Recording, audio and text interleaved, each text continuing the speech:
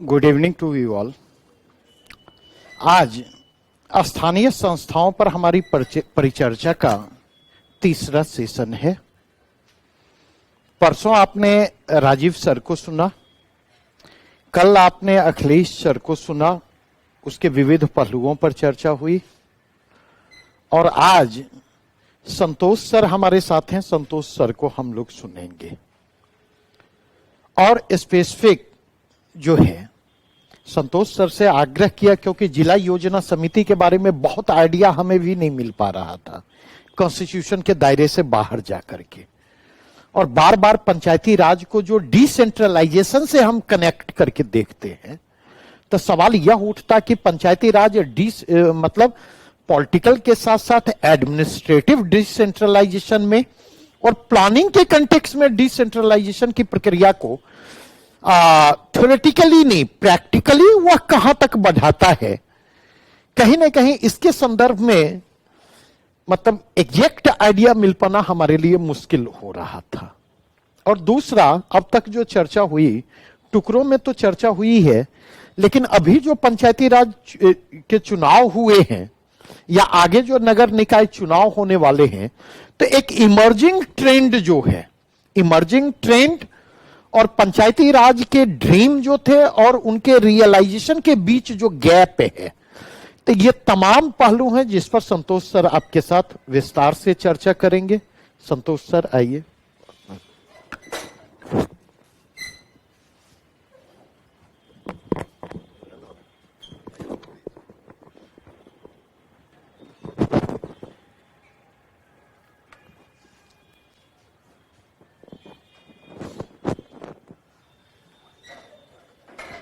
ठीक है, तो एकदम नमस्कार। मेरा नाम संतोष है और एक रीजनल चैनल है कशिश न्यूज, उसके हम एडिटर हैं। और आपके सर से हमारा बहुत पुराना रिश्ता है, वाद विवाद के साथ बहुत सारी चीज़ें होती रहती हैं। जिस टॉपिक पे मुझे बोलने के लिए दिया गया है, आज ही इसके बारे में जो प्लानिंग में जो लोग लगे हुए हैं, ये जो डीपीसी के बारे में, जिला योजना समिति के बारे में जो बातचीत हो रही है, तो बहुत कुछ आप समझ जाइए कि जैसे इलाहाबाद का नाम बदलकर प्रयागराज हो गया, मुगल सराय का नाम बदल के दीनदयाल उपाध्याय हो गया, ठीक वही समझिए जो डीआरडीए का पहले स्थिति था, वही स्थिति अब इस संस्थान का होने वाला है। अब ये 1 अप्रैल से पूरे बिहार में लागू होने वाले हैं। इनका काम भी मनरेगा का देखना, मनरेगा में जो योजनाओं का चयन होता है उसका मॉनिटरिंग करना, फिर सांसद निधि, विधायक निधि जो है उसका वो मॉनिटरिंग करेंगे। जल जीवन हरियाली योजना जो नीतीश कुमार का ड्रीम प्रोजेक्ट है वो है, और उसके अलावा जो विधायक निधि तो है ही, इसके अलावा स्वास्थ्य और स्कूल से संबंधित कुछ योजनाएं हैं जिन योजनाओं को ये मॉनिटरिंग करेंगे। अभी भी डीआरडीए यही काम कर रही है, लेकिन अब इसका नाम बदलकर ये दिखाने की ये कोशिश हो रही है कि पंचायती राज व्यवस्था के डिसेंट्रलाइजेशन, हम प्रशासनिक रूप से अब हम जिला को, जैसे पंचायत को एक इकाई माने हैं, उसी तरीके से जिला को भी हम इकाई मानते हुए हम उसको आगे बढ़ा रहे हैं। मतलब हम पावर को डिसेंट्रलाइज कर रहे हैं, जबकि सिर्फ इतना ही है कि समझिए कि नाम बदला है, कुछ खास चीज़ें नहीं बदली हैं। कोई जैसे डीआरडीए के अधिकारी डीडीसी होते हैं, डायरेक्टर होते हैं, ठीक उसी तरीके से हाँ अपॉइंटमेंट का वो और सोर्सिंग कर सकते हैं। कुछ मान लीजिए कि किसी जगह पे पंचायत समिति सदस्य नहीं है या वो अमीन की है जो सरकार बहाल करती है, उसमें ये आउटसोर्सिंग कर सकते हैं। इस तरह की चीज़ें, बातें अभी चल रही हैं। मतलब फाइनली इसके ड्राफ्ट पे अभी मुख्यमंत्री की ओर से अप्रूवल नहीं मिला, लेकिन इसी लाइन पे काम आगे बढ़ रहा है। चीफ सेक्रेटरी के लेवल पर जो बैठकें होती हैं उस पर इसी पर चर्चा होती है।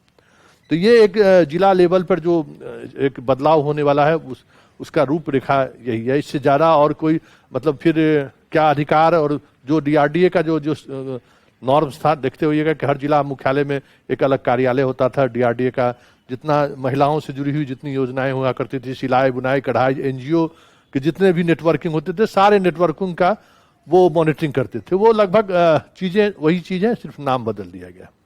लेकिन सबसे बड़ा सवाल यह है कि पंचायती राज व्यवस्था, ये हम 2002 या 1 की हम बात कर रहे हैं। पंचायती राज व्यवस्था को लेकर हम लोग जैसे यूथ काफ़ी उत्साहित थे, पत्रकारिता में उस दौर में आए ही थे।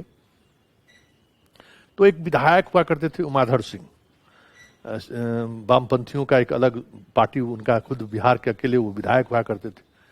तो इसी तरीके से उनसे डिबेट हुआ कि चलिए एक बड़ी लड़ाई लोग जीत रहा है। गांधी कहते थे कि भाई जब तक गांव को शासन करने का की इकाई वहां तक नहीं पहुंचेगी तब तक स्वराज का कोई मतलब नहीं है, डिसेंट्रलाइज हो रहा है, अब गांव का डेवलपमेंट होगा।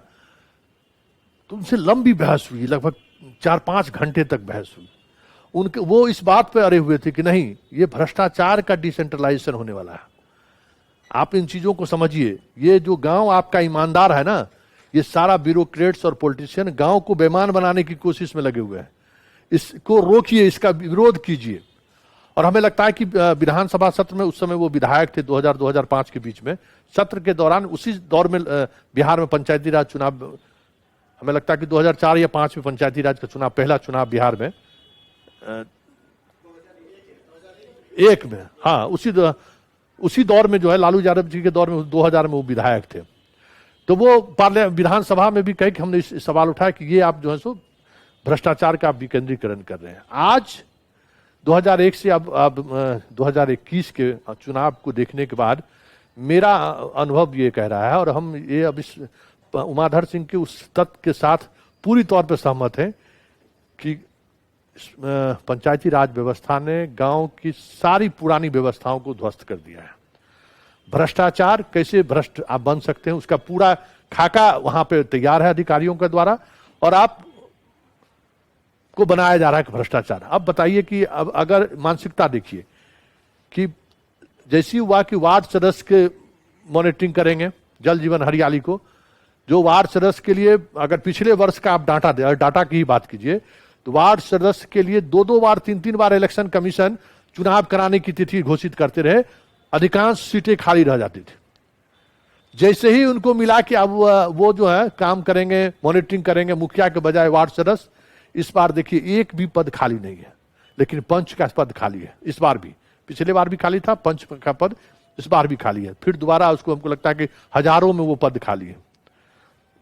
तो ये इसलिए वार्ड सदस्य को लेकर जिस वार्ड सदस्य पर मुखिया जी जबरदस्ती किसी को खड़ा कराते थे कि भाई तुम खड़ा हो जाओ, अपने घर पे कोई काम करने वाली को खड़ा कर देते थे, काम करने वाला उसका बेटा को खड़ा कर दे कि कौरम उनका जो पंचायती राज व्यवस्था में जो कौरम है वो पूरा होते रहे।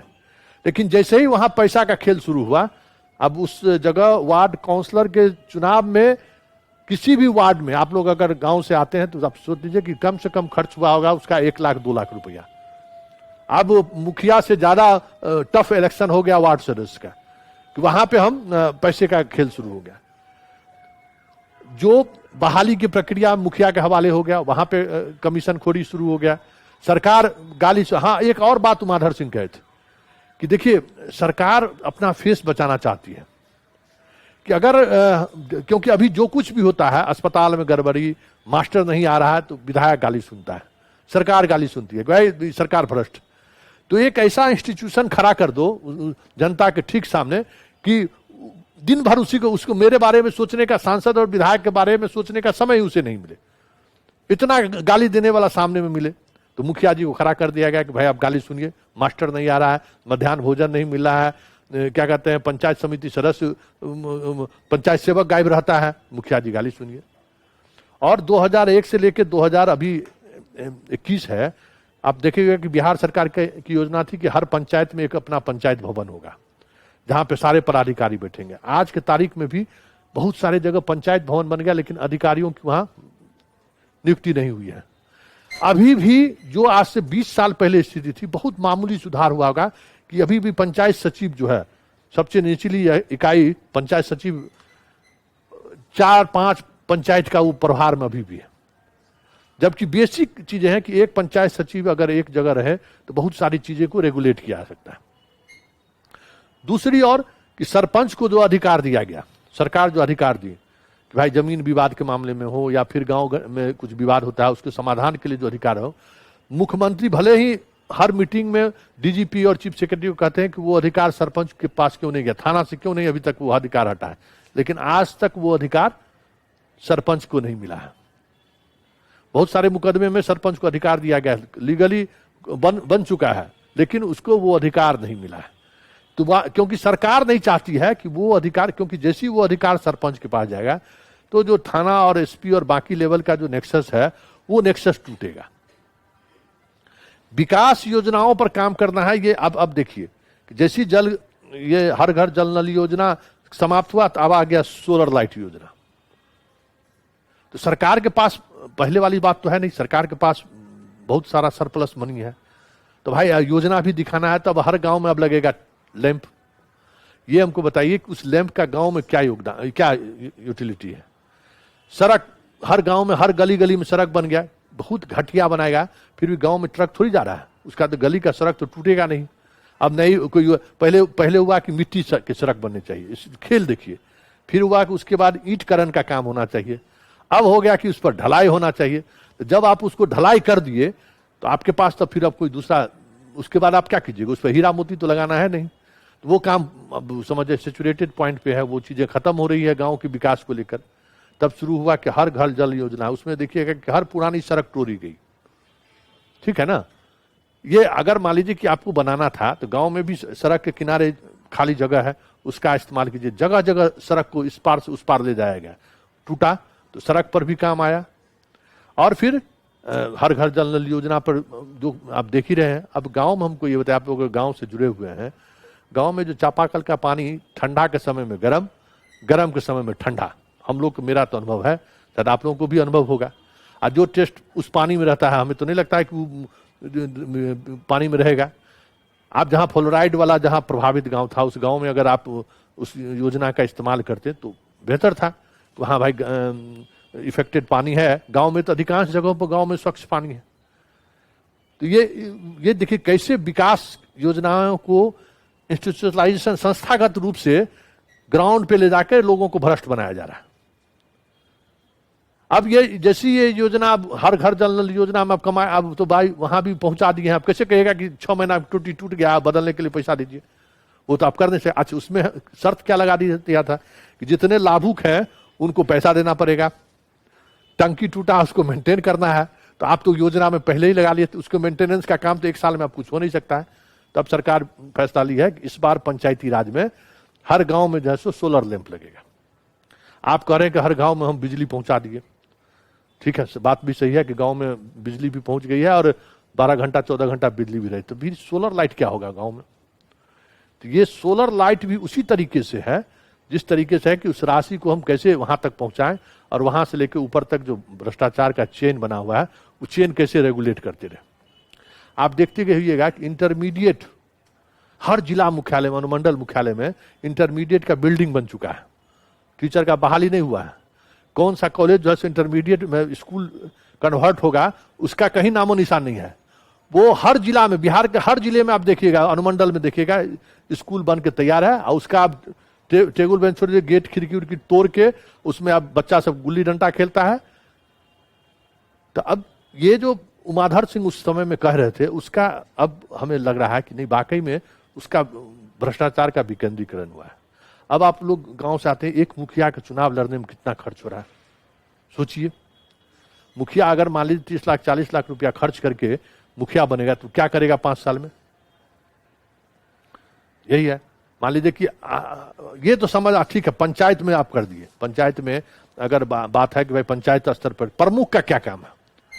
कभी आप इसको गौर से देखिएगा कि जो पंचायती राज व्यवस्था अपने यहाँ काम कर रहा है, वहाँ सिस्टम क्या है, वार्ड सदस्य है, सबसे निचली इकाई वार्ड सदस्य है, उसके बाद मुखिया जी हैं, फिर उसी पंचायत सचिव हैं, पंचायत सेवक हैं, उनको पंचायत सचिव, पंचायत समिति सदस्य वो है, फिर जिला परिषद सदस्य, ठीक है। ये चारों महाशय का काम है विकास की योजनाओं का चयन करना, ठीक है। पिछले वर्ष के जो योजना था उसमें 70-15-15 का हिस्सा था, मतलब 70% पंचायत को, 15 प्रमुख को और 15% जिला परिषद को। अब ये बताइए उसमें क्या है कि पंचायत से अगर 2 पंचायत को जोड़ने वाली सड़क होगी तो उसको देखेंगे समिति सदस्य, अगर 2-3 पंचायत के बाद अगर जोड़ने वाली बात होगी तो जिला परिषद सदस्य देखेंगे। इतना ही काम है। अब इसके लिए देखिए कितना बड़ा इंफ्रास्ट्रक्चर, चुनाव हो रहा है, चुनाव में लोग भाग ले रहे हैं, जीत के आ रहे हैं, हिस्सेदारी, सवाल कुछ नहीं है, बस हिस्सेदारी तय करनी है कि हमको उसमें कितना कमीशन मिलेगा। अगर यही बदलाव होता तो 20 साल तो हो गया ना, 5वां चुनाव इस बार हुआ, क्या बदलाव दिख रहा है? आप लोग गांव से हैं, आप अनुभव कीजिए कि पंचायती राज व्यवस्था लागू होने से क्या बदलाव आया गांव में। गांव में जो आपसी सौहार्द था वो खत्म हो गया। मतलब गांव में कभी इस तरह की चीजें नहीं देखने को मिलती थी, जो मुखिया चुनाव की वजह से सौहार्द खत्म हो गया। सब गांव में आपस में इस चुनाव के कारण जो है एक अलग तरह की गोलबंदी, मतलब इसमें कोई ऐसा नहीं है कि पंचायती राज व्यवस्था में आप वहां ले गए तो कुछ एजुकेट हो रहे हैं वोटर, नहीं, एक अलग तरह का मानसिकता पैदा ले लिया। वो एक अलग समस्या हो गया कि गांव गांव में जो है सो समस्या खड़ी हो गई। उसके बाद ठीक है, गांव को लोगों को प्रखंड नहीं आना पड़ेगा, उनको जाति प्रमाण पत्र, सब प्रमाण पत्र वहीं मिल जाएगा। हर पंचायत में जो है कहा गया कि जो कंप्यूटर वाले लोग जो बहाल हुए हैं वो वहां पर रहेंगे। आप क्या नाम है उसका? नहीं, डाटा ऑपरेटर नहीं,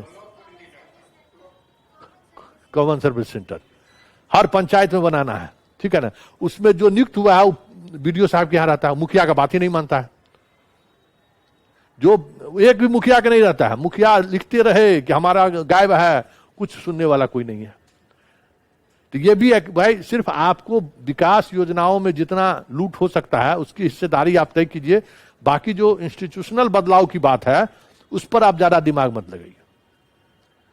मुखिया ये भी है, एक चीज है कि मुखिया कितना भी भ्रष्ट हो जाएगा, विकास योजनाओं में भ्रष्टाचार कर सकता है, लेकिन जो पंचायत में बहाल स्टाफ है उसको अपना गाय भैंस नहीं दुबा सकता है।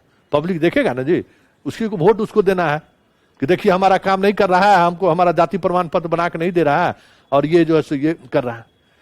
अब नीतीश कुमार मजबूर हैं या क्या है ये हम नहीं कह सकते हैं, लेकिन पिछले 7-8 साल से हम देख रहे हैं करीब से सरकार को कि सरकार चाहती है कि ये जो हर पंचायत भवन है वहां पे हम सारी चीज को डिसेंट्रलाइज कर दें। एक बार ठीक इसी पिछले 2015 के चुनाव में चाय पे चर्चा जिस तरीके से मोदी जी करते हैं ना, उसी तरीके से पत्र संपादक के साथ 1-to-1 टॉक के लिए बुलाए थे नीतीश कुमार, और संपादक से सलाह ले रहे थे कि क्या करना चाहिए। तो उसमें हम 3 सलाह उनको दिए थे, हालांकि ये 2 सलाह पे काम हुई बाद में, अब जिस कारण से। एक सलाह हम ये दिए थे उनको कि भाई जमीन रजिस्ट्री से आपको आमदनी आती है, ठीक है ना, लेकिन गलत आदमी जमीन रजिस्ट्री कर दे रहा है, उसके कारण जो गांव गांव में लॉ एंड ऑर्डर का प्रॉब्लम होता है वो तो सरकारी के जिम्मे जाता है। आप कितना पैसा कमाते होइएगा, आप उस रजिस्ट्री में ऐसी व्यवस्था कीजिए कि जो वाकई में जमीन का मालिक है, जब तक उसको अधिकार अगर नहीं, सीईओ अगर सर्टिफाइड नहीं करता है कि वो जमीन का मालिक वही है, तब तक उसका रजिस्ट्री नहीं होना चाहिए। विजेंद्र यादव मंत्री थे, उससे निबंधन, वो भी बैठे हुए थे। वो बोले कि संतोष जी आप तो ऐसा सलाह दे रहे हैं कि सब सीईओ जो है यहां चले, वो बिना पैसा लिए हुए नहीं देगा। हम कह नहीं देगा तो नहीं देगा, आपके रजिस्ट्री होने में 10 दिन समय लगेगा, लेकिन उसको तो देना ही नहीं। अगर सीईओ अगर कह दिया कि नहीं इनका जमीन नहीं है तो नहीं है, अगर कह दिया कि नहीं इनका जमीन है तो आने वाले दिनों में सीईओ भी एक्यूज बनेगा। मुख्यमंत्री चुपचाप सुनते रहे।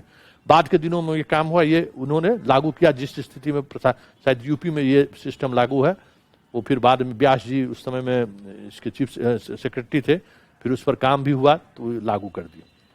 तो उससे देखिए कि बहुत तरह का विवाद कम हुआ। दूसरा सलाह मेरा ये था कि भाई जो पुराने लोग हैं जिनके पास जमीन है, अब हमारे परदादा के नाम से जमीन आ रहा है, हम लोग आपस में भाई ये तुम्हारा हिस्सा है, तुम्हारे बाबूजी को दे दिया गया, बाबा जी को ये दे दिया गया, हम लोग जोत के खा रहे हैं। हम कहे कि अगर किसी के उस जमाने में किसी के पास 100 एकड़ जमीन था, आज उस सब भाई को मिला के 5 एकड़ भी हिस्सा नहीं पड़ रहा है। और अगर रजिस्टर्ड बंटवारा ये लोग करें, जो प्रोसेस आपके यहाँ है, तो करोड़ों रुपया उसको रजिस्टर्ड बंटवारा में हो जाएगा। तो ये इस प्रोसेस को बदलिए कि जो आपस में इस तरह से बंटवारा हो उसको आप लीगलाइज भी कीजिए और पैसा नहीं लीजिए। तो सरकार ने कहा कि हाँ ठीक है 1 रुपया में करेंगे, लेकिन एक भी इस तरह के बंटवारे में जाइए रजिस्ट्री कराने के लिए, रजिस्ट्रार नहीं करता है। अब सरकार का अधिकारी उसको कहे हुए है या कौन कहे हुए है, ये समझ से परे वाली बात, नहीं करता है। तो ये सारी चीजें पंचायत के कंट्रोल में जाना है, ये सरकार का डिसीजन है, लेकिन वो नहीं जा रहा है। जा क्या रहा है?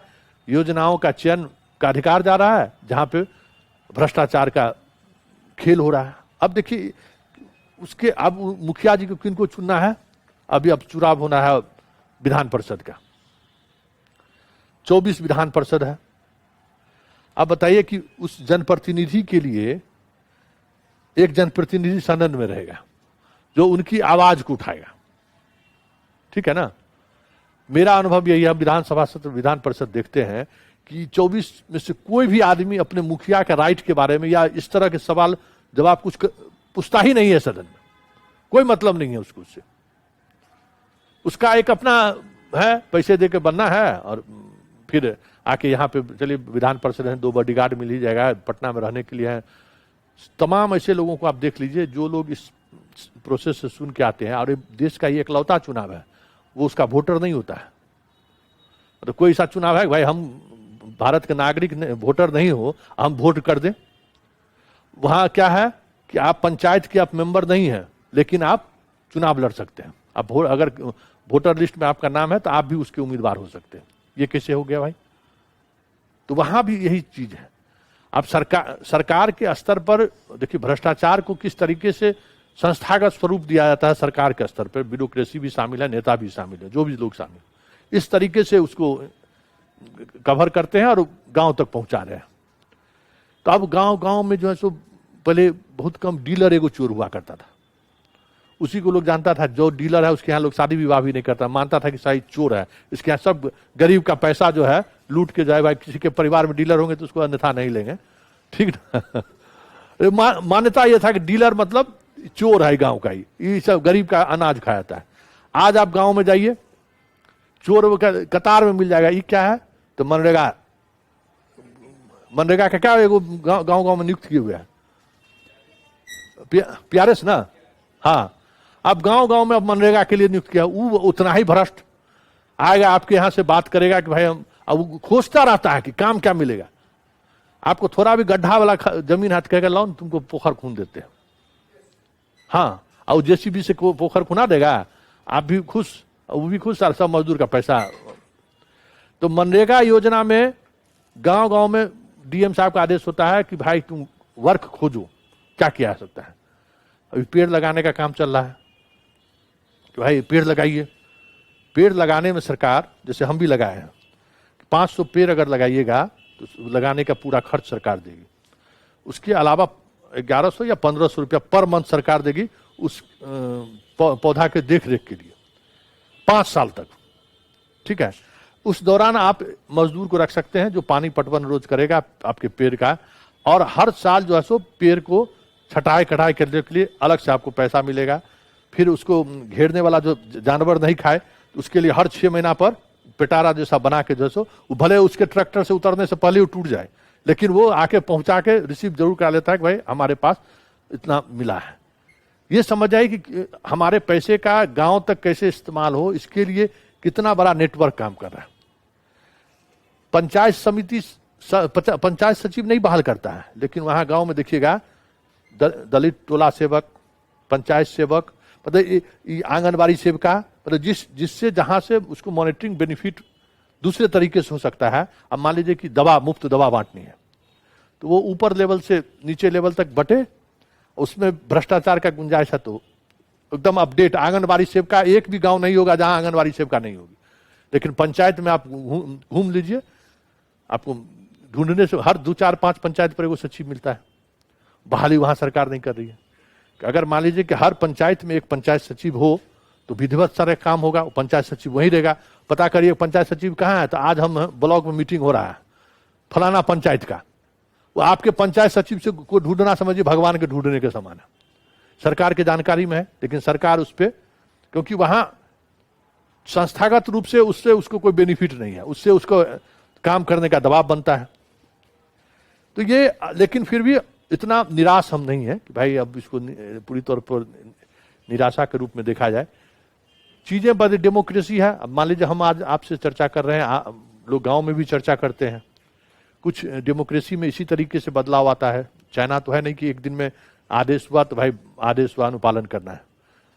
बहस हो ही रहा होगा, हम बहस कर रहे हैं तो गांव के स्तर पर भी बहस हो रहा होगा कि भाई ये पंचायती राज व्यवस्था किस लिए है, किसके लिए है। तो ये बहस इसी तरीके से आगे बढ़ेगा। आप लोग पढ़ाई कर रहे हैं, अगर बन के BDO CO जाइएगा तो SDO जो भी आप बने तो आप उन चीजों को समझिएगा कि भाई सिस्टम में हम कैसे बेहतर कर सकते हैं। अब स्कूल है, मध्याह्न भोजन है, सपोज कीजिए, अब सरकार देखिए, अब वहां पर जिसका बच्चा पढ़ेगा उसी का गार्जियन होगा, उसका उस कमिटी की, स्कूल कमिटी का अध्यक्ष। अब वो अपने बच्चे का हकमारी बैठ के देखता रहता है, क्योंकि उसको कमीशन मिल रहा है।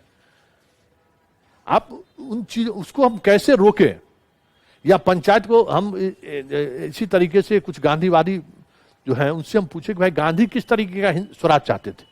ये पंचायत के स्वराज को तो हम देख रहे हैं। तो गांधी, आप लोग भी पढ़िएगा कि गांधी जिस पंचायती राज या पंचायत स्वराज की बात करते थे, उसमें ये डेवलपमेंट एजेंडा नहीं था उनका, और इस तरह से चुनाव प्रोसेस नहीं था उनका। था कि सर्वानुमति से गांव में आम सभा, जो हालांकि सरकार अभी भी आम सभा को बहुत जोर देती है कि भाई आम सभा से निर्णय लिया गया, भले वो आम सभा पंचायत सचिव के कागज पर ही क्यों नहीं हो जाए, तो उसके आधार पर चीजें बने। पहले ये कंसेप्ट, हम लोग इसलिए खुश थे जो है नहीं एसी में बैठ के लोग डिसीजन ले लेता है कि फलाने जगह रोड बनना चाहिए, गांव वाला रोड, गांव वाला आदमी बेहतर बनाएगा कि हमको कहाँ पोखरा जरूरी है, कहाँ पे हमको नाला की जरूरत है। पटना में बैठे, दिल्ली में बैठे लोग कर देते हैं, लेकिन पटना और दिल्ली में बैठे लोग इतना दूर तक सोचता था, ये हम लोगों को समझ में नहीं आ रहा था कि अब वो अपनी जिम्मेवारी, मतलब अभी क्या है कि सबसे ज्यादा अभी गाली सुनता है मुखिया, बीडीओ साहब भी अब गाली से बच गए, प्रखंड पर अब कोई धरना प्रदर्शन नहीं होता है। इन लोगों का वामपंथी पार्टी उसी में खत्म हो गया, धरना प्रदर्शन का गुंजाइश खत्म है। किसके खिलाफ आंदोलन करिएगा आप? मुखिया जी के खिलाफ आंदोलन कर दे सकते, वो गांव का है, अपने मजबूत है। तो सरकार चैन से, हाँ नहीं, धरना प्रदर्शन अलग है। कम्युनिस्ट पार्टी पहले धरना देता था ना भाई कि इंदिरा आवास नहीं मिला, तो राशन कार्ड में ये गड़बड़ी हो गई, तो अब तो वो सारा काम पंचायत के अंदर चला गया। आप किसके खिलाफ धरना प्रदर्शन करिएगा? तो वो किस लिए किया था? तो वो चीजें अब समझ में आ रही कि उनका था कि हम पर जो हमला होता है, वो हमला हम पर, जो हम लोग नीतिगत निर्णय लेने वाले लोग हैं, जो एक लॉट में बड़ी राशि कमा सकते हैं, उनको गाली नहीं सुनना पड़े। गाली सुनना पड़े मुखिया को, गाली सुनना पड़े वार्ड सदस्य को। तो ये सिचुएशन है। और इस बार जो चुनाव जीत के आए हैं, मेरा अनुभव यही है, शराब माफिया जितना गांव में शराब बेचता था, मुखिया बन के आया है, वार्ड सदस्य बन के आया है। जितना भूमि माफिया अभी, हाँ, और एक चीज और बिहार में ट्रेंड शुरू हुआ है। नीतीश जी के शासन काल में गांव का जमीन भी अब 1,00,000, 2,00,000, 5,00,000 रुपए कट्ठा बिक रहा है सड़क के किनारे है। तो हाँ, अब मतलब मुंबई और दिल्ली में ही जमीन करोड़ में बिकता है, ऐसा नहीं, अब गांव में भी बिकता है। हर गांव में जो चौक था वो समझिए कि छोटा सा बाजार बन गया। तो ये एक डेवलपमेंट हुआ है। तो अब गांव गांव में जमीन माफिया पैदा ले लिया है। अब आप रह रहे हैं दिल्ली, पता चला कि आपको जाके कहा कि भाई को जो जमीन दिए हुए हैं बंटवारा करके आपको कितना साल में देता है? तारे छठ में घर जाते हैं, खिलाता पिलाता है, यही बहुत है और क्या? तो नहीं, हम आपको 50 लाख देंगे, आपका जमीन का दाम बेच दीजिए। तैयार हो नहीं, चाहे परिवार वाले सुन ले कि हाँ 50 लाख मिलने वाला है, तो तैयार हो ही जाएंगे, अपना बेच दो। अभी गांव गांव में विवाद हो रहा है, सब भाई भाई में विवाद है। जो बाहर रह रहा है, मुंबई दिल्ली में जितना बिहारी रह रहा था, गांव का जमीन बेचना शुरू कर दिया। वो एक अलग तरह का लॉ एंड ऑर्डर प्रॉब्लम शुरू हो गया। भाई गांव वाला जो गांव में है, वो सोचता है कि अच्छा तुम मुंबई में रह के रजिस्ट्री कर रहा है, तो आ जाओ कब्जा कर ले, उसको रजिस्ट्री ऑफिस में पीटता है। हर गांव में ये सिचुएशन पैदा है। तो एक पूरा इकोनॉमी समझिए कि भ्रष्टाचार का इकोनॉमी डेवलप गांव गांव स्तर पे हो गया। रोज पुलिस की कमाई वही है। सरपंच को इसलिए नहीं देता है अधिकार, सरपंच को अगर उस जमीन संबंधी अधिकार मिले तो कुछ भी होगा, उसको तो भाई फिर चुनाव लड़ना है ना, या नहीं तो कल हारेगा तो सुनना उसी को है कि तू बेईमानी कर लिए मेरे साथ। तो वो अधिकार उसको नहीं दिया जा रहा है। तो सरकार पंचायत को वही अधिकार दी है जिससे भ्रष्टाचार का विकेंद्रीकरण हो सके। बाकी जो अधिकार की गांव के बारे में जो होनी चाहिए, उसका कोई लेखा जोखा हमारे समझ से हमको समझ में नहीं आता है कि कुछ इस तरह से चीजें सामने आए। लेकिन फिर भी नकारात्मक नहीं होना है। डेमोक्रेसी है, धीरे धीरे धीरे बहस हो रहा है, डिबेट हो रहा है। तो उसमें अब इससे ज्यादा इस पर क्या कहा जा सकता है?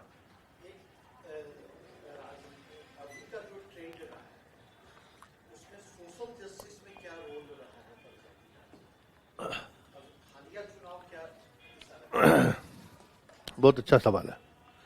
देखिए, सरकार उस व्यवस्था में रिजर्वेशन लाए कि भाई मान लीजिए कि इस वार्ड में दलित के लिए है, ये अति पिछड़े के लिए है, ये सामान्य लोगों के लिए, सामान्य लोगों के लिए तो छोड़ दीजिए। अब स्थिति ये है कि जो सोशल जस्टिस की लड़ाई ऊपर के लेवल पे होता था, ये यहाँ पे, वहां जो अब मान लीजिए किसी वार्ड में 2 अति पिछड़ा ही चुनाव लड़ रहा है, तो वहां जो दूसरे अदर कास्ट है वो उसकी गोलबंदी होती है।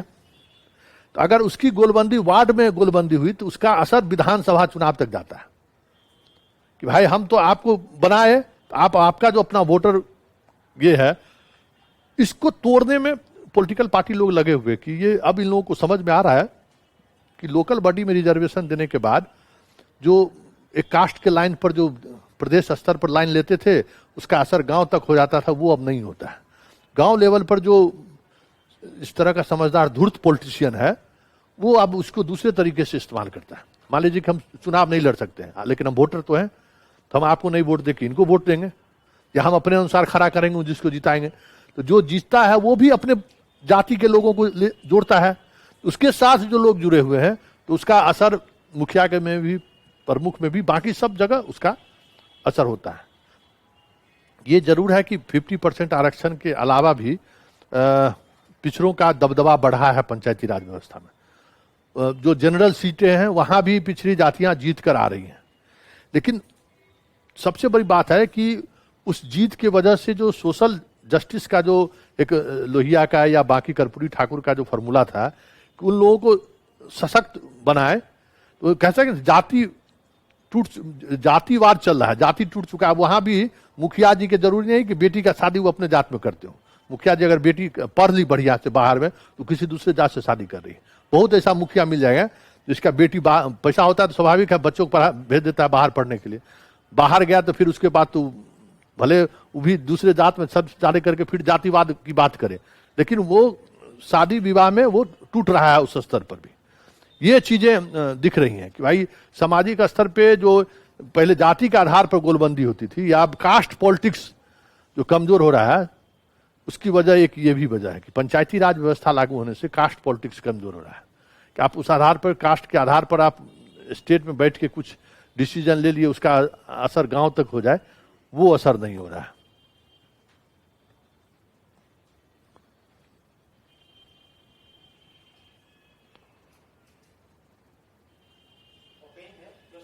हाँ हाँ,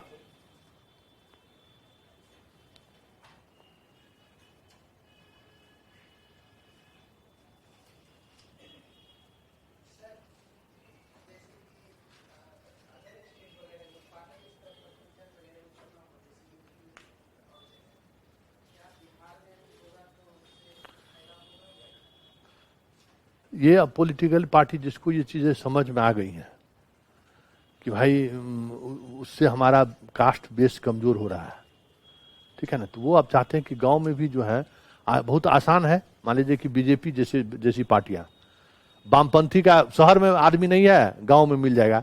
बीजेपी के साथ है कि शहर में आदमी मिल जाए तो उसका गांव में आदमी नहीं मिलता है।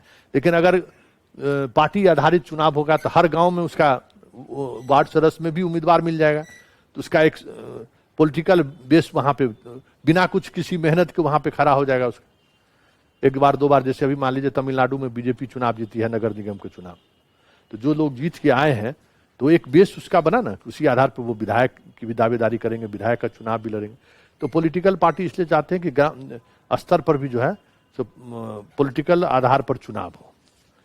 तो बिहार में भी इसकी कोशिश चल रही है, नगर निगम के चुनाव में, नगर पंचायत, और इसमें हो रहा है कि पॉलिटिकल, नीतीश कुमार इन चीजों को समझते हैं कि भाई अगर हम ये चीज कर देंगे तो उनका जो कास्ट पॉलिटिक्स है वो कमजोर पड़ जाएगा। लालू यादव ये समझता है, तो ये दोनों, ये अधिकांश जो इस तरह के जो पार्टियां हैं वो इसका समर्थन नहीं कर रही है कि नहीं, इस पंचायत में जो है ये चीज लागू नहीं होना चाहिए। और बीजेपी चाहती है कि वो लागू हो, तो उनका जो मास बेस है वो एकदम अस्थायी तौर पर गांव स्तर तक पहुंच जाए। तो ये कोशिश चल रही है। अब बिहार में नगर निगम का चुनाव तो सुन रहे हैं कि भाई पार्टी अपना उम्मीदवार को खड़ा करेगा, लेकिन ये भी आसान नहीं है। इसका रिजल्ट यूपी में देखने को मिला है यूपी में पॉलिटिकल पार्टी जिसको टिकट दिया है, तो ये भी है कि मान लीजिए हम पार्टी के कार्यकर्ता हैं, अब और ये पार्टी के कार्यकर्ता नहीं है, लेकिन इसके भाई हम मेरे जैसा पटना में पत्रकार है, प्रदेश अध्यक्ष को कह दिए कि भाई हमारे भाई को टिकट दे दीजिए, तो दे दिया। तो जो पार्टी का ओरिजिनल कार्यकर्ता है वो बागी होकर खड़ा हो गया, वो हरा दिया, और परमानेंट पार्टी का डिवीजन हो जाता है। तो दोनों तरह का तर्क सामने आ रहा है कि यूपी में जो स्थिति हुई, यूपी में बीजेपी को पंचायत चुनाव में भारी नुकसान हुआ। पॉलिटिकल अपने सिंबल जिसको दिया उसको गांव का ही बीजेपी का नेता हरा दिया, क्योंकि वहां तो अब मान लीजिए जाति को लेकर आपस में विद्वेष है, भाई भाई में विद्वेष है, तो अच्छा हमारे भाई को दिए हैं तो ठीक है, तो हम विरोध कर दे रहे हैं। तो उसमें एक अलग तरह के खेमाबंदी शुरू है। देखिए राजनीति जो है बहुत ही तरह का कंट्राडिक्शन का समन्वय है, बहुत तरह का कंट्राडिक्शन समाज में है। उसका जो बेहतर समन्वय करेगा वही राजनीति में टिक सकता है। हम बीपी सिंह कहते थे कि उस समय में हम लोग दिल्ली यूनिवर्सिटी में थे, तो एक बार कुछ ये हो रहा था, तो उसमें वो उन्होंने उस वक्त वो चीजें हम लोग नहीं समझ पा रहे थे कि वो क्या कह रहे हैं, लेकिन वो चीज ध्यान बाद के दिनों में समझ में आया कि अच्छा है, जितना इस तरह का विरोधाभास है, उस विरोधाभास का जो बेहतर समन्वय कर सकता है, कोऑर्डिनेशन कर सकता है, वो समन्वय जो है सो उस जो बेहतर करेगा वो ऐसा बेहतर पॉलिटिशियन हो सकता है और टिक सकता है। नीतीश कुमार के राजनीति को अगर देखिएगा, उसको देखिए कि हर इस तरह के कंट्राडिक्शन का वो बेहतर समन्वय इंतजार करता है वो आदमी कि उसका क्या बीच का रास्ता निकल सकता है। और जब तक वो बीच के रास्ते निकालने में कामयाब हो रहे हैं, तब तक बिहार के सबसे कम आबादी होने के बावजूद भी मुख्यमंत्री हैं। लालू यादव सबसे मजबूत गठबंधन होने के बावजूद भी उनका परिवार 15 साल से बाहर है। वो जो कंट्राडिक्शन है ना, उसका वो बेहतर समन्वय नहीं कर पा रहे हैं। कंट्राडिक्शन यही है कि आप इस भाई को टिकट दीजिएगा तो वो नाराज हो जाएगा, इस जाति का दीजिएगा तो वो जाति नाराज हो जाएगा। उसको आप बेहतर कोऑर्डिनेशन कैसे होगा कि उन मुद्दों को आप जो समाज में चल रहा, जो मतलब वर्षों से हमारे दिमाग में जाति है या अब धर्म है, उससे कैसे हम लोगों को अलग सोच में हम आगे कैसे बढ़ाएं। तो नीतीश कुमार कभी शराबबंदी, नीतीश कुमार के पॉलिटिक्स को समझिए, क्यों बार चीजों को वो अपने पार्टी के संगठन पर कभी ध्यान नहीं देता है वो आदमी। शराबबंदी, बाल विवाह, क्या कहते हैं अंतरजातीय विवाह, कि अलग अलग मुद्दों पर वो सोसाइटी को समाज के अंदर में डिबेट करने देता है। वो जो मूल मुद्दा है ना, जिस पर आदमी बढ़ता है, वोट बटेगा मेरा, उस मुद्दे को वो नहीं छूता है। अब आपके सामने आप शराबबंदी प्रयोग क्यों अड़ी है? लोग कहता है कि भाई क्योंकि अब शराबबंदी ही उसका एक ऐसा मुद्दा है, उसके बाद उसके पास कोई नया मुद्दा अभी तक आया नहीं है। उसके जेहन में जो सोच रहा है, जिस दिन नया मुद्दा आ जाएगा शराबबंदी पीछे हो जाएगा, तब शराबबंदी। अभी बताइए कि शराबबंदी को लागू करने के लिए अब हेलीकॉप्टर ले आया है, 4 हेलीकॉप्टर खरीदी है स्टेट गवर्नमेंट, ठीक है ना। तो हम चर्चा कर रहे हैं ना, आप चर्चा कर रहे हैं कि अब हेलीकॉप्टर से शराब खोजेगा, गाली दीजिएगा, गांव में भी लोग गाली देगा कि साला क्रिमिनल को नहीं पकड़ रहा है, इस शराबी को पकड़ने के लिए हेलीकॉप्टर चला रहा है, गांव में ड्रोन उड़ा रहा है, चर्चा हो रहा। तो सोसाइटी का जो कंट्राडिक्शन है ना, वो कंट्राडिक्शन कहीं और डाइवर्ट हो रहा है। इस चीजों को समझिए। बहुत बेरोजगारी है, आप लोगों को वैकेंसी नहीं निकल रहा है ना, वैकेंसी नहीं निकल रहा, आप लोग परेशान हैं। तो उस मुद्दे पर सरकार अगर मान लीजिए आपके सामने कुछ दूसरा मुद्दा नहीं रखे, तब तो आप तो नीतीश कुमार का मुंह नोच लीजिएगा ना। लेकिन युवा में सबसे ज्यादा क्रेज नीतीश कुमार का है। कहे भाई पार्क में लड़की को जाना चाहिए, लड़का लड़की को क्यों नहीं, हम उसी के लिए पार्क बनाए हैं। लड़की को साइकिल दे रहे हैं तो लड़का को भी साइकिल दे रहे हैं। कि जो मूल मुद्दा है ना, क्या कहें, उसका वो बेहतर समन्वय कर रहा है एक पॉलिटिशियन के रूप में। तो आपका ध्यान उससे बट रहा है, आप उन चीजों पर सवाल नहीं कर रहे हैं। एक तरफ भारत माता गौ माता हो रहा है, आप उससे सवाल नहीं कर रहे हैं। तो ये चीज है। तो मोदी भी इस मामले में आपको जो मूल मुद्दा है कि आपके घर से आप एक चीज बताए, अच्छा है कि चर्चा हो गई जिस पर अभी हम पिछले 5-6 महीने से काम कर रहे हैं। हम लोग जिस समय में पढ़ते थे कॉलेज में, तो गांव से एक बोरा चावल बस पे चढ़े, उसी में कुछ आलू उलू भी मिल जाता था। आए लॉज में रहे, 100 रुपया महीना लेता था। लॉज में आराम से रहे, अपना कुकर पर एक ही में, उस समय में कुकर में सेपरेटर आता था, उसी में आलू भी डाल दीजिए, पानी में दाल भी डाल दीजिए, चावल दिया, पता नहीं अब वो सेपरेटर आता है उस तरह से आता है कि नहीं आता है, आता है हाँ। तो उसमें डाल दीजिए, ये हवा देने वाला स्टोव उस समय मिलता था।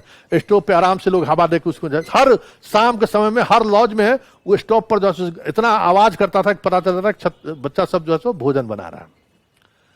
देखिए नीतीश कुमार जो नुकसान इस, भाई नीतीश समर्थक होइएगा तो बुरा मत मानिएगा, नीतीश के हम भी समर्थक हैं, लेकिन हम जो चीजें हैं सब खुल के हम बात करते हैं कि इस लालू ने इस शिक्षा व्यवस्था को जो भी नुकसान पहुंचाया हो, लेकिन बच्चा पटना आके पढ़ता जरूर था, भले हम 5 साल में डिग्री लेते थे। आज आप देखिए कि आज स्थिति यह है कि आप कोचिंग में आके पढ़ रहे हैं। आज लॉज व्यवस्था पूरी तौर पर खत्म हो गया प्रदेश में। कहीं किसी लॉज में, अभी हम मुजफ्फरपुर में, हम एलएस कॉलेज में इंटरमीडिएट में थे, तो उस दौर में जो लॉज था उस पर हम एक सर्वे करा रहे हैं कि उस लॉज का क्या हाल है। मैक्सिमम लॉज गिर चुका है, वहां बच्चे आके पढ़ते नहीं है। अब इस तरह का संस्थागत रूप ले लिया है, वहां भी बड़े बड़े लोग जो है सो हॉस्टल खोले हैं जहां भोजन भी आपको मिलेगा 5,000, 8,000, 10,000 रुपया दीजिए। वो भी पटना में ये चीजें नहीं। अब बाकी जो पहले पढ़ाई का पटना के अलावा भी बहुत सारा सेंटर था, मुजफ्फरपुर, दरभंगा, गया, वो सेंटर सब अब धीरे धीरे खत्म हो चुका है। पहले लोग टीचर से संवाद करते थे, वाइस चांसलर से संवाद करते थे, ठीक है ना, वो सारा संवाद का जो कड़ी था वो टूट गया। टीचर का धीरे धीरे अपॉइंटमेंट हुआ, अब हो रहा है, सारे टीचर लोग रिटायर कर गए। तो कॉलेज में तो बच्चा भी कुछ समझदार पहुंचता है, टीचर भी समझदार होते हैं, तो वो चीजों को अपने तरीके से रखते हैं कि राज्य में हो क्या रहा है। अभी राज्य में क्या हो रहा है, अब यहां तो मान लीजिए आप पढ़ने के लिए आते हैं, आपको परीक्षा पास करना है, सिर्फ वही उन्हीं चीजों से मतलब है। कॉलेज में भी अब वो डिबेट नहीं होता है कि राज्य में हो क्या रहा है। इसके जिस चीजों को हम समझ रहे हैं कि क्या कंट्राडिक्शन को ये हम लोग उससे, मैं कॉलेज में जब थे तो इन चीजों को प्रोफेसर भी बताते थे कि हो क्या रहा है। भले कास्ट लाइन पर अलग डिवीजन हो, वो अलग चीज है, जातिवाद उससे कोई मतलब, लेकिन कुछ पॉजिटिविटी, बहुत बड़ी पॉजिटिविटी थी कि भाई सारा आंदोलन सरकार के खिलाफ या कहीं कहां से होता था, स्टूडेंट करता था कॉलेज। हमको याद है उस समय हम ईटीवी में थे, यहीं पे किसी लड़का को पुलिस गोली मार दिया था। कोचिंग में कुछ प्रॉब्लम हुआ था से 5-7 साल पहले, 2012-14 में कोई घटना घटी थी भिकना पहाड़ी के पास कोचिंग में, पुलिस 12-13 में, हाँ, पुलिस फायरिंग हुई और उस समय में हम रिपोर्टिंग कर रहे थे। फायरिंग में लड़का मर गया। उस समय में जो डीएम थे, डीएम से संजोग से वो हमारे दिल्ली यूनिवर्सिटी के सीनियर थे, उनसे बात हो रही थी, तो वो चिंतित थी कि बिहार जल जाएगा, कल क्या होगा, मार दिया है पुलिस गोली, हमको कुछ नहीं होगा। तो कहा है हमको सब नपुंसक हो गया है, रात भर में सब मैनेज हो जाएगा। इसको समझ में ही नहीं आ रहा है कि वो बिहार का 74 आंदोलन छोड़ दीजिए, अब इसको समझ ही नहीं आ रहा कि मेरा अधिकार क्या है। ये तो हुई में हो गया और छात्र में अब वो ताकत नहीं है। छात्र इतना कमजोर हो चुका है, इतना कमजोर बना दिया गया है इसको कि अभी इसकी समझदारी भी नहीं है कि हमारे भाई को मार दिया है तो कंट्रोल हो रहा है। वो जितेंद्र कुमार थे उस समय में, हिंदू कॉलेज में थे हम लोगों के सीनियर। अब वो कहे कि नहीं संतोष तो ऐसा नहीं, सीएम तो बहुत चिंतित है कि कल कुछ ना कुछ हो जाएगा, पूरे बिहार में बंद बुलाया है स्टूडेंट, हमको कुछ नहीं होगा, एगो नहीं निकलेगा, सबका बाप माँ बुला लेगा, सब घर चल जाएगा शाम होते होते, आप इस सबको ट्रेन बस का व्यवस्था कर दीजिए, सब चल जाएगा घर। कहे क्यों? हम क्योंकि जहां से इसको नेतृत्व मिलता था ना, वो इंस्टीट्यूशन को आप खत्म कर दिए हैं। कॉलेज का हॉस्टल, कॉलेज का टीचर, जहां इस पर बातचीत होती थी, अच्छे छात्र पर गोली चला दिया। उस समय हम जात नहीं देखते थे, छात्र देखते थे, लेकिन इस तरीके से डिवीजन कर दिया गया कि अब छात्र भी जात में बदल गया। जातिवाद था उस समय में भी कि भाई फलाना जात का हॉस्टल है, उस समय में ज्यादा होता था कि ये फलाना जात का हॉस्टल है, फलाना जाति का हॉस्टल। लेकिन अगर छात्र किसी हॉस्टल में आपस में लड़ते थे, लेकिन अगर कोई पटना में सब्जी मंडी में कोई अगर मार दिया किसी छात्र को, उस समय में सारे हॉस्टल के छात्र एक साथ उस पर आए थे। इन चीजों को कमजोर कर दिया गया। तो आज देखिए छात्र अभी भी जो रेलवे वाला परीक्षा को लेकर हुआ, क्या हुआ, शाम होते होते चीजें बदल गई। कह दिया, सब जानता है कि 4 मार्च, अभी 10 मार्च को चुनाव होना है, 4 मार्च तक जो कुछ नहीं होना है। और जो आप इसको अदरवाइज नहीं लीजिएगा, जो कोचिंग चलाते हैं खान सर, उसके बारे में मेरा ओपिनियन शुरू से अच्छा नहीं है। हम वो मानते हैं कि किसी खास एजेंडे के तहत वो आदमी काम करता है। और इस बार तो एक्सपोज हो गए। मान लीजिए कि सरकार के भाई लड़ने के लिए, सरकार से लड़ने के लिए ताकत चाहिए। अगर आप उस तरह से बोलते तो वो ताकत होनी चाहिए। चलिए, अदरवाइज इस पर चर्चा नहीं होनी चाहिए। लेकिन ये है कि ये जो कंट्राडिक्शन का बेहतर समन्वय नीतीश कुमार कर रहे हैं, आपको पंगु बना दिया। आप अपने राइट, गार्जियन भी खुश है, गार्जियन भी पैसा दे के बच्चा से पूछा, इस बार परीक्षा नहीं दिया ना, चल अगला बार तुम परीक्षा दे देना। खुश है, वो मंदिरें बनाने में मस्त है, मियाँ जी को पीटने में मस्त है समाज। अभी हिजाब पर कौन हिजाब है ना, हाँ, मतलब समझिए कि मेरा, जिससे हम दिन में 14 बार बात करते हैं, एक बेगूसराय में घटना घट गई, उसको लेकर हम पोस्ट कर दिए कि ये सही है, वो हमारे सामने में हमारा स्टाफ है, वो आके बैठ के हमसे आर्गूमेंट करने लगा कि आप मन बढ़ा रहे हैं। हमको किसको, काहे नहीं पहनेगी, काहे नहीं पहन के आएगी। हम कहे तुम्हारा घर में जो साड़ी पहन के महिला आती है उसको पूछने जाता है काहे पहन के आती है, घूंघट काहे लगा के। नहीं वो तो वो बात नहीं है, पहले इस पर हमको कहे नहीं, इस पर कहे नहीं। तब कि तुम्हारा बच्चा क्रिमिनल बनेगा, हम कह देते हैं। ये चीज समाज में इस तरह की चीजों से का इम्पैक्ट यही है कि क्रिमिनल बनता है। अभी हम बता रहे 2 दिन पहले घटना, अभी हम आ रहे थे उस समय में एसपी समस्तीपुर एसपी कॉन्फ्रेंस किया। समस्तीपुर में एक मुस्लिम टीचर इसी तरह से कोचिंग चलाते थे। 2-3 साल से कोरोना में उनका कोचिंग बंद हो गया, तो ठिका लेने लगे कि हम तुमको रेलवे में नौकरी दिला देंगे, हम तुमको एसएससी करा देंगे। उसमें कुछ लड़कों से पैसा ले लिया अपना, कुछ का हुआ या नहीं हुआ ये नहीं है। उसमें 3-4 लड़का मिल के उसको जो है सो उठा लिया उसके घर से और उसको मारा। तो उसमें एक आइडिया दिया कि मियाँ है तो गाय खाता ही होगा, उसको वीडियो बनाओ, पूछो कितना बार गाय खाया है। ठीक है, अब उसको वीडियो बनाना शुरू किया। अब बोलो, मारे डंडा, पूछो कितना बार गाय खाया, तो कहा सर हमने खाया। झूठ बोलता है, फिर मारा। तुम्हारा माँ खाती होगी, तुम्हारा फूफा खाता होगा। हाँ, उससे बुलाते बुलाते कहा कि सर हम भी एक बार खाए। अच्छा ठीक है सर, तू गाय खाया ना, तो हाँ। तुम्हारा अगल बगल में कोई गाय मारता है कि नहीं, तो हाँ सर फलाना मारता है। हाँ भैया फलाना मारता है, ठीक है। वो सब ले लिया, उस समय में चले लिया। लेकिन उसको जो मार रहा था तो ये नहीं समझा कि कभी हम मारते मारते ऐसा जगह मार देंगे जिससे वो मर जाएगा। वो गया मर, ठीक है, तो मर गया। तो अब सब तो लड़का कोई ग्रेजुएशन का, कोई पीजी में पढ़ने जा रहा होगा। वो क्या किया, वो मियाँ जी को जला के वो अपने ही मुर्गी फार्म में उसको गाड़ दिया। उस 5 में से वो क्या किया, उस मियाँ के वीडियो जो है वायरल कर दिया, अपना इंस्टाग्राम पर डाल दिया। ठीक ना, कि अरे देखो मियाँ जी सब उस पर लिखा है, देखो मियाँ जी सब गाय खाता है। उसको अब बचपना उसको समझ में नहीं आया कि इसका तो हम लोग इसको मार दिए। अब मार दिए तो इसका तो भाई ये एविडेंस हम दे रहे हैं, बस पुलिस को मिल गया। पुलिस जो है सो उस इंस्टाग्राम पर कहाँ डाला, कौन डाला, सबसे पहले कौन डाला, वो 1 घंटे में मिल जाता है पुलिस को। ले लिया, फलाना सुजीत झा डाला है, उसको पकड़ा पुलिस। उसको 10 घंटा डाला, कहाँ गया ये, तो कहा कि सर हम लोग मार दिए। तो कहे मार दिया, सर मार रहे थे, मारते मारते मर गया। ठीक है, तो उसको पुलिस गिरफ्तार की, तो वहां से डेड बॉडी मिल गया। उसके बाद जब कहा और कौन कौन था तुम्हारे साथ, इसमें जो बाकी लोग जो बोल रहा है वो कौन कौन है, तो बताया। उसमें से एगो पकड़ाया, तो प्रेस कॉन्फ्रेंस स्पीकर कर रहा था, तो पीछे से कहता है कि हिंदू मतलब जय श्री राम।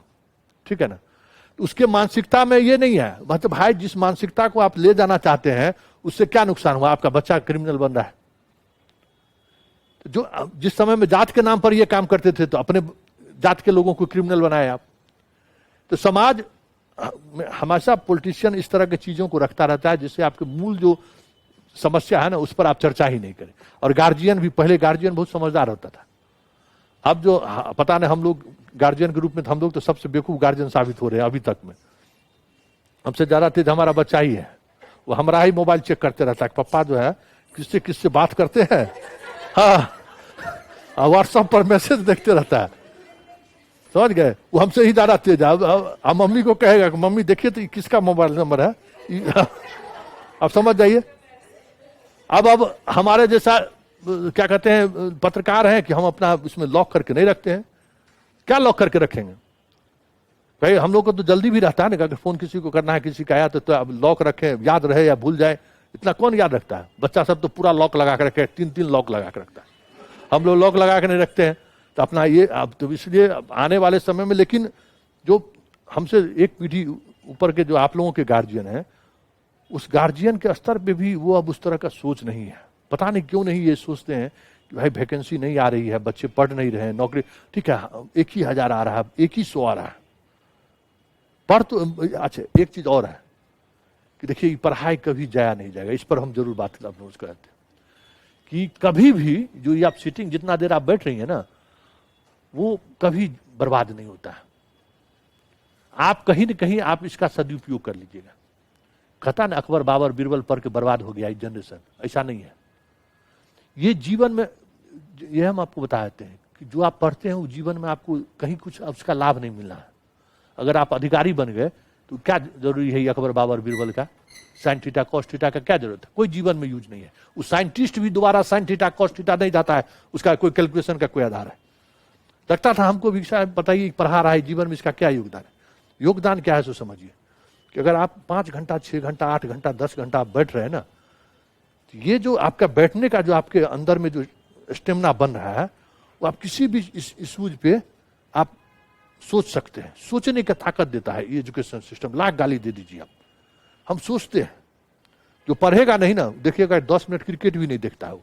10 मिनट से ना, घर में देखो जो बचवा पढ़ने में मन नहीं आएगा ना, क्रिकेट भी 10 मिनट नहीं देखेगा। वो फिल्म, उसको दुनिया में किसी चीज में उसका शौक नहीं। हाँ, पबजी भले खेल ले दिन भर, जितना वो कर ले, वो भी 1 महीना में उसको उससे दिल उसका ये हो जाता है, दूसरा गेम खोलने लगता है।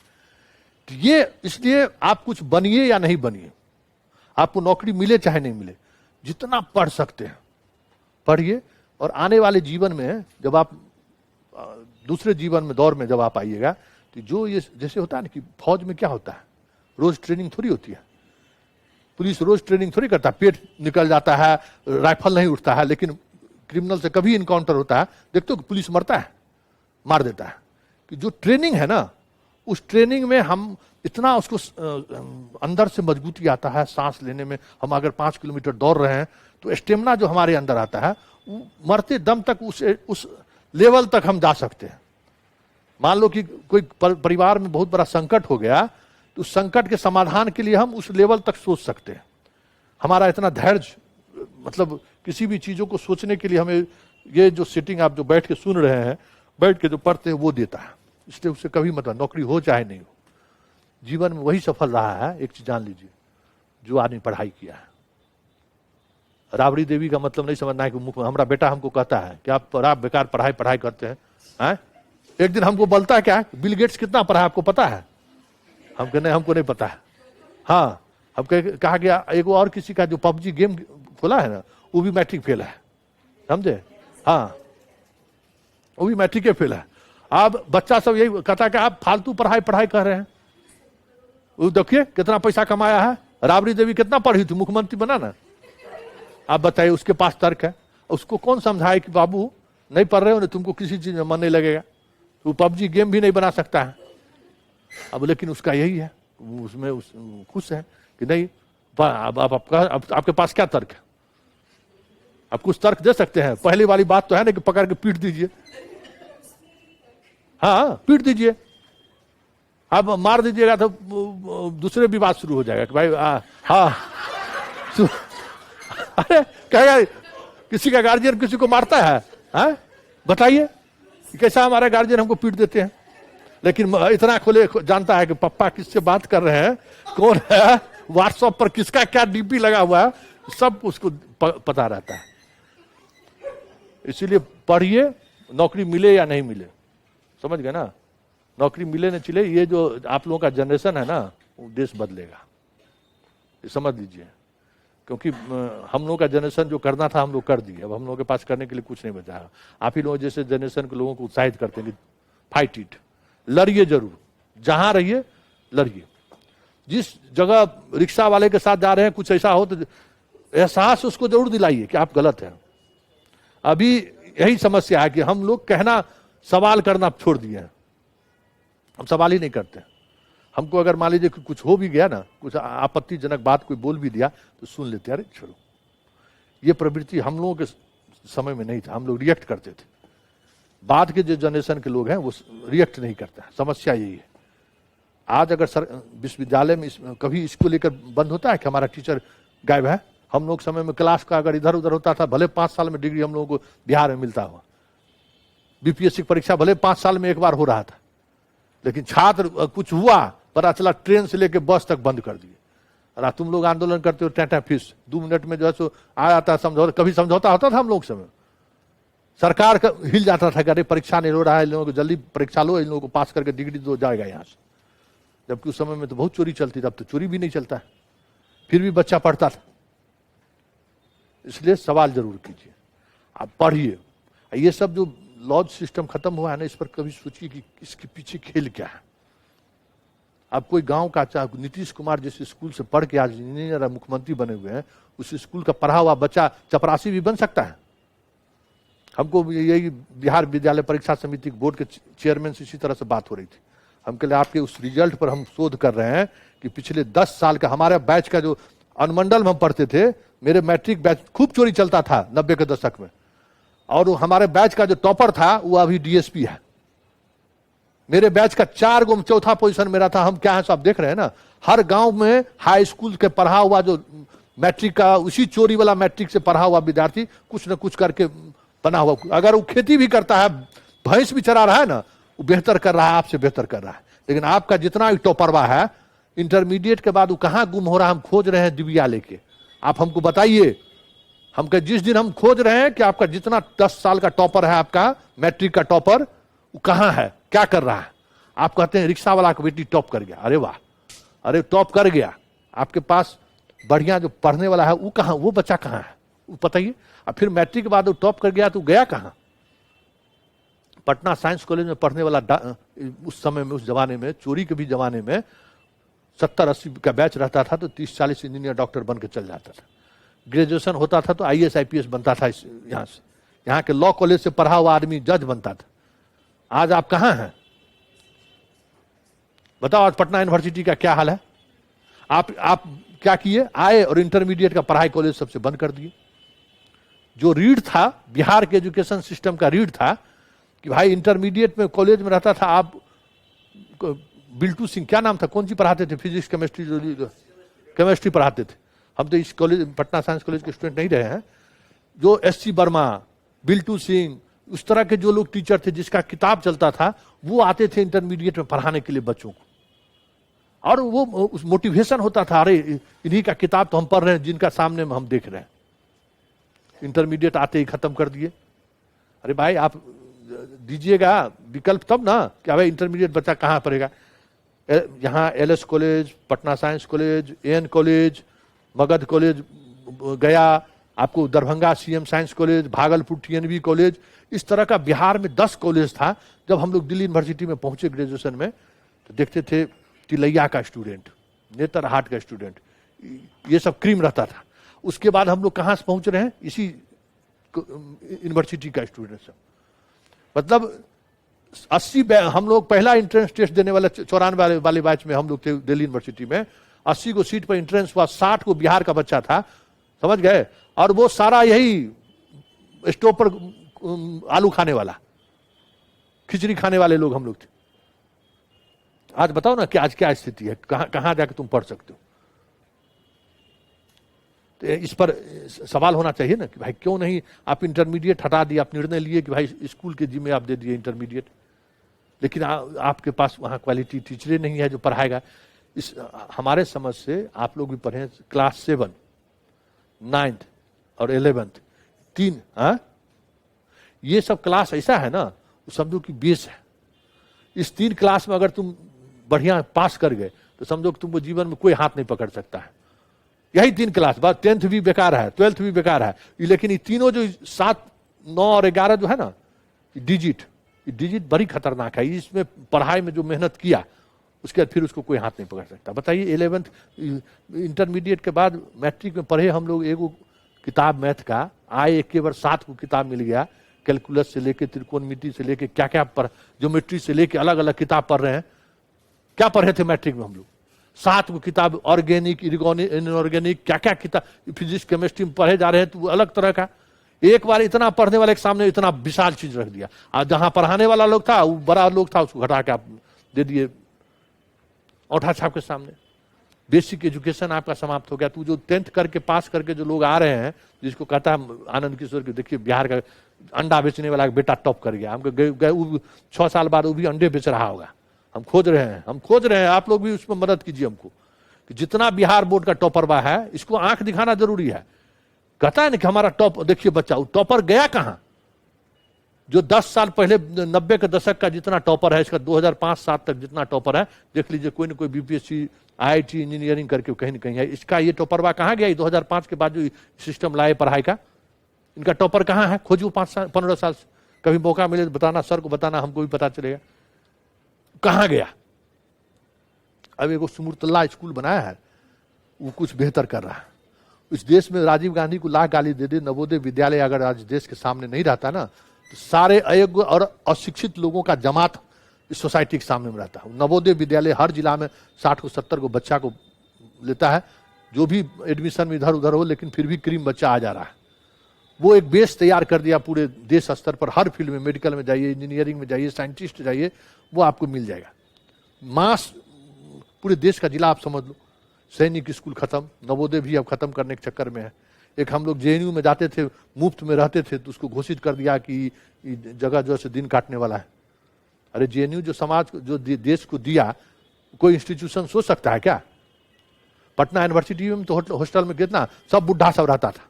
हम लोग जिससे आए थे एडमिशन कराने के लिए ना, तो हमसे 10 साल बड़ा बड़ा आदमी देखते थे कॉलेज में घूमते हुए, उसी को देख के चले गए एलएस कॉलेज कि ना यहाँ पढ़ने वाला जगह थी। ज़्यादा उस समय एडमिशन के समय वही लोग रहते हैं वहाँ। लेकिन ऐसा थोड़ी है कि वो भी बेचारा लगा रहता है, कुछ ना कुछ अच्छे कर रहा है। जो वहाँ दिन काटने के लिए कोई नहीं लगा, संजोग है कि उसके बैच के लोग निकल गए, वो नहीं निकला, तो प्रोफेसर का वैकेंसी निकला, पता चला वो प्रोफेसर बन गए। ये सवाल जरूरी है, सरकार से सोचिए कि 15 साल में साइकिल तो जरूर दिया है, पोशाक जरूर दिया, लेकिन जो चीज देना चाहिए वो नहीं दी आई। और जिस दिन ये सवाल खड़ा होगा ना, तो जो पंचायत वाले जो मुखिया जी लोग हैं, अभी सब यूथ मुखिया बनने के लिए चल गया होगा चुनाव में। आपके यहाँ से गया कोई कि नहीं गया? कोचिंग छोड़ के चल जाता है मुखिया बनने के लिए। हाँ, क्या बाबूजी भी मुखिया लड़ा देते हैं। अगर लड़की हो तो और उसको रिजर्वेशन मिलता है, जान तुम खाली नॉमिनेशन कर दो, फिर चुनाव जीत के तुम रहना, पढ़ना लिखना, मास्टरी करना, जो करना। लेकिन अभी देख लो। चलिए, हो गया सवाल। क्या पूछना है सवाल?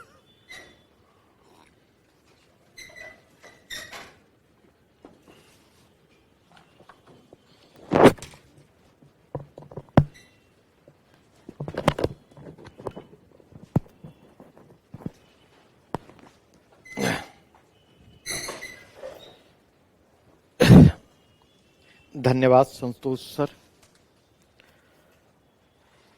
पिछले 3 दिनों से डिफरेंट टेस्ट और डिफरेंट टोन, दोनों चीजें, डिफरेंट टेस्ट और डिफरेंट टोन आपने देखा, आपने सुना।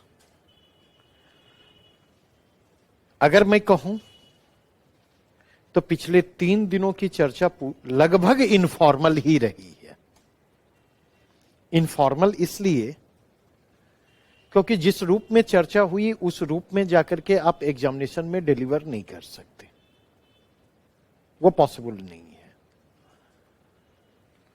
लेकिन इस 3 चर्चा की खासियत यह है, कल से जो हम चर्चा करेंगे वो फॉर्मल तरीका होगा। यद्यपि बीच बीच में मैं भी अपने डिस्कशन के क्रम में इनफॉर्मल हो जाता हूं और होना पसंद करता हूं, क्योंकि इनफॉर्मल डिस्कशन जो होता है वो थॉट प्रोवोकिंग होता है, नहीं, वैचारिक उत्तेजना पैदा करता है। कई बार मैं भी गरमा जाता हूं, अगर देखिएगा, कई बार शैलेश भी गरमा जाता है, नहीं, कई बार आप में से भी कोई गरमा जाते हैं। जरूरी है गरमाना, यह गर्माहट जो है यह जरूरी है, इसलिए क्योंकि इमोशन का उभरना इस बात का प्रमाण बन करके आता है कि अभी आप जिंदा हैं, मरे नहीं हैं। और जब तक आप जिंदा हैं ना, तब तक आप में संभावना विद्यमान है। देखिए, मुझे लगता है बहुत बड़ा कुछ करने की जरूरत नहीं है। संयोग से अभी हम और रोशन सर एक सेमिनार से आ रहे थे, और उस सेमिनार का थीम था कि वर्तमान दौर में सांप्रदायिकता, धार्मिक उन्माद और हमारे दायित्व। नहीं, तो अपने पक्ष को रखते हुए हमने एक ही बात की कि दिक्कत यह है कि हम सब बहुत बड़े स्तर पर कुछ करना चाहते हैं, और बहुत बड़े स्तर पर कुछ करना चाहते हैं, इस क्रम में हम कुछ कर नहीं पाते। नहीं, बहुत बड़े स्तर पर करने की बात हम छोड़ दें, नहीं, हम इंडिविजुअल के स्तर पर सोचें। कल अखिलेश सर ने भी बहुत मार्के की बात की थी कि मेरे लिए चुनाव लड़ना महत्वपूर्ण है, चुनाव हारना या जीतना महत्वपूर्ण नहीं है। क्योंकि जब हम चुनाव लड़ते हैं तो हम उस वैल्यू को रिप्रेजेंट कर रहे होते, हम उस एथिक्स को रिप्रेजेंट कर रहे होते, हम उस मोरलिटी को रिप्रेजेंट कर रहे होते, उनको जनता के बीच ले जा रहे होते। अगर एक विधानसभा क्षेत्र में 5,000 लोगों ने ही वोट दिया, करीब करीब अखिलेश सर को 4,500 से 5,000 के आसपास वोट थे, 5,000 ने ही वोट दिया। मैं ये नहीं कहता कि 5,000 ने उस वैल्यू से, उस एथिक्स से, उस मोरालिटी से प्रभावित होकर के वोट दिया, लेकिन अगर 5 के बीच भी अगर उसकी अपील रही, 5 के बीच ही नहीं, मैं जो बातें करता, मैं कभी यह सोच करके नहीं चलता कि आप सब तक उसकी अपील होगी, लेकिन अगर किसी एक तक उन बातों की अपील रही, आप में से किसी एक ने सोचना शुरू कर दिया, तो मुझे लगता है मेरे प्रयास सार्थक रहे, मैं अपने प्रयास में सफल हूं। क्योंकि केवल सर ने भी सवाल की बात की, और मैं भी कहता हूं सिर्फ मेरे 2 कंसर्न होते, सवाल करना सीखे और सोचना सीखे। सोचेंगे तो सवाल करेंगे, सिर्फ ये 2 काम शुरू कर दे, आप कहां पर खड़े हैं ये मेरे लिए मायने ही नहीं रखता। क्योंकि और कुछ आप बने ना बने, लेकिन राष्ट्र के एक जिम्मेवार नागरिक जरूर आप बनेंगे, नहीं?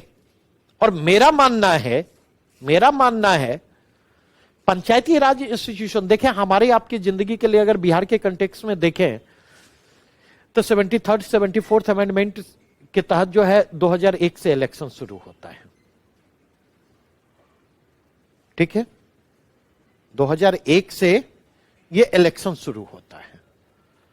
और अगर आप गौर करें तो पिछले 20 वर्षों के दौरान, तो हो सकता है आपको लगता हो 20 वर्ष बहुत बड़ी अवधि है, हमारी और आपकी जिंदगी के लिए 20 वर्ष बहुत बड़ी अवधि होती, लेकिन किसी देश के लिए, किसी समाज के लिए जो है ना 20 वर्ष जो होता है हमारी आपकी जिंदगी के लिए ना, आधा घंटा 1 घंटा जो होता वो किसी देश और समाज के लिए 20 साल होता है। 20 साल बहुत बड़ी अवधि नहीं है, ठीक है, और 20 साल बड़ी अवधि नहीं है तो इसका मतलब यह है कि जितनी चीजों की चर्चा कर रहा, लगातार कल भी देखेंगे, आज भी देखेंगे, परसों भी देखेंगे, तो लगातार आप देखेंगे पंचायती राज इंस्टीट्यूशंस को डिफरेंट तरीके से क्रिटिकली देखने की कोशिश की गई। क्रिटिकली इसलिए देखने की कोशिश नहीं की गई कि पूरे के पूरे डिस्कशन का इंटेंशन जो है वो निगेटिव है, निगेटिव इंटेंशन के साथ हम डिस्कस नहीं कर रहे, इंटेंशन हमारा पॉजिटिव है। और हमारा यह मानना है कि जब तक हम अपनी कमियों पर चर्चा नहीं करेंगे, जब तक हम अपनी कमियों को स्वीकार नहीं करेंगे, तब तक हम अपनी कमियों पर चर्चा नहीं करेंगे। जब तक हम अपनी कमियों पर चर्चा नहीं करेंगे, तब तक हम उन कमियों को दूर करने की दिशा में पहल नहीं करेंगे। और जब तक दूर करने की दिशा में पहल नहीं करेंगे, मतलब सर ने चर्चा की, चीजों को इंडिकेट किया, आगे नहीं बढ़ी। आप अगर देखें एक नया समीकरण निर्मित हो रहा है, शराबबंदी के डिफरेंट डायमेंशन से हैं। शराबबंदी का अगर आप देखें तो ये एक नया सोशल पॉलिटिकल इक्वेशन क्रिएट कर रहा है, और यह सोशल पॉलिटिकल इक्वेशन जो है स्थानीय संस्थाओं के चुनाव से लेकर के विधानसभा और सांसदीय तक के चुनाव को प्रभावित करता हुआ दिखाई पड़ रहा।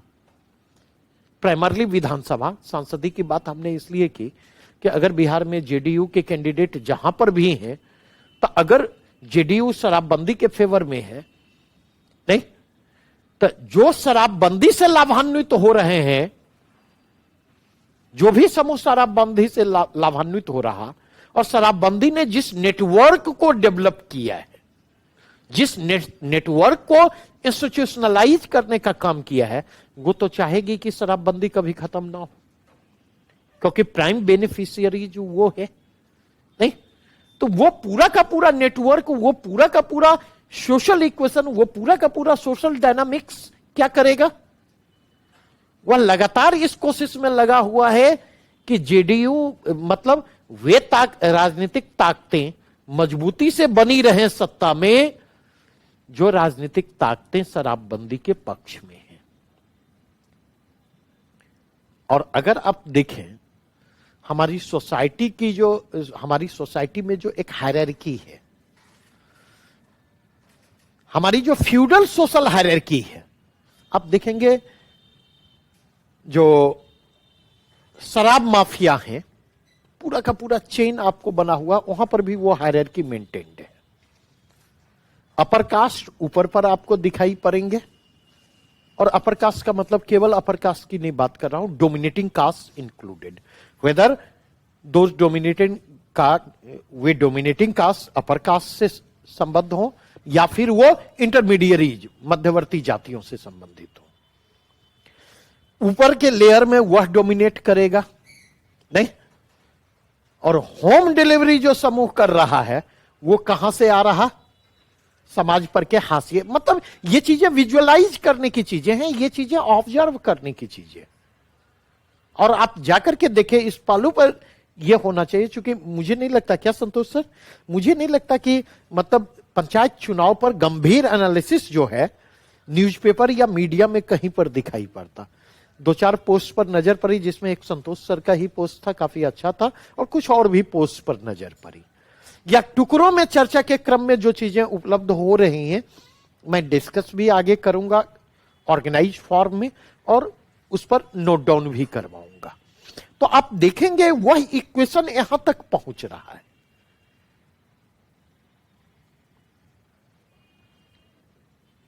तो लास्टली जो बातें मैं कंक्लूड करना चाहूंगा, बी ए गुड ऑब्जर्वर। देखा हमारी चिंता क्या है, सारी चीजों के बावजूद हमारी पीढ़ी जो थी, मतलब स्कूल में भी कभी टीचर ने हम पर इस बात के लिए दबाव नहीं डाला कि इस प्रश्न का उत्तर रट जाओ।